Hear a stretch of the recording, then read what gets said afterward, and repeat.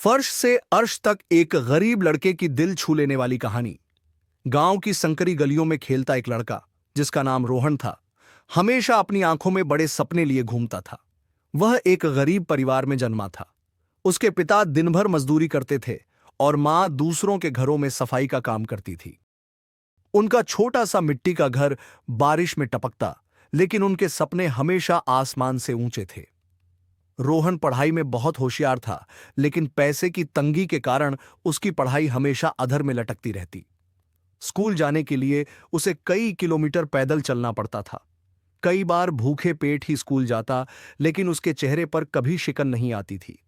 वह जानता था कि अगर उसे अपनी जिंदगी बदलनी है तो उसे मेहनत करनी ही होगी।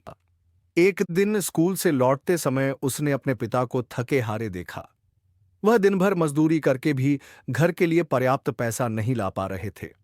उस रात रोहन ने अपनी मां से कहा, मां, मैं भी कुछ काम करूंगा ताकि आपको और पापा को आराम मिल सके।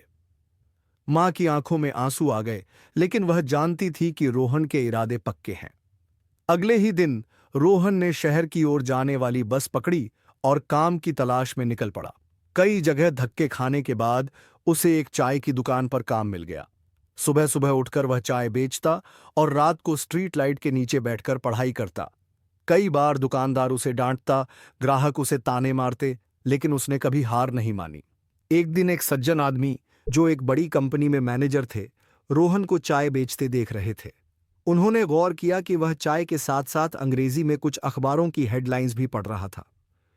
उन्होंने पूछा, तुम्हें अंग्रेजी आती है? रोहन ने मुस्कुराते हुए जवाब दिया, थोड़ी थोड़ी अखबार पढ़कर सीख रहा हूं। उस आदमी को रोहन की लगन और जिज्ञासा बहुत पसंद आई। उन्होंने उसे अपने ऑफिस में चपरासी की नौकरी दे दी। अब रोहन को ज्यादा पैसे मिलने लगे और वह ज्यादा समय पढ़ाई में लगाने लगा। रोहन ने रात भर जागकर पढ़ाई की और अपनी मेहनत से कॉलेज में स्कॉलरशिप हासिल कर ली। दिन में नौकरी और रात में पढ़ाई का यह सफर आसान नहीं था, लेकिन उसने कभी हार नहीं मानी।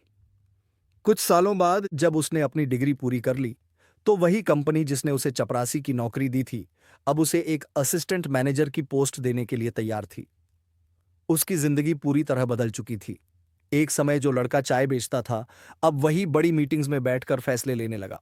लेकिन उसने अपनी जड़ों को नहीं छोड़ा। कुछ ही सालों में उसने अपनी खुद की कंपनी शुरू की, जो छोटे बिजनेस को डिजिटल प्लेटफॉर्म पर लाने में मदद करती थी।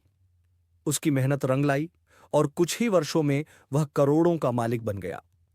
लेकिन असली खुशी उसे तब मिली जब वह अपने गांव लौटा और वहां एक स्कूल और एक लाइब्रेरी बनवाने का फैसला किया, ताकि कोई और बच्चा गरीबी की वजह से पढ़ाई से वंचित न रहे। रोहन की यह कहानी हमें सिखाती है कि अगर इरादे मजबूत हों तो कोई भी मुश्किल आपको रोक नहीं सकती।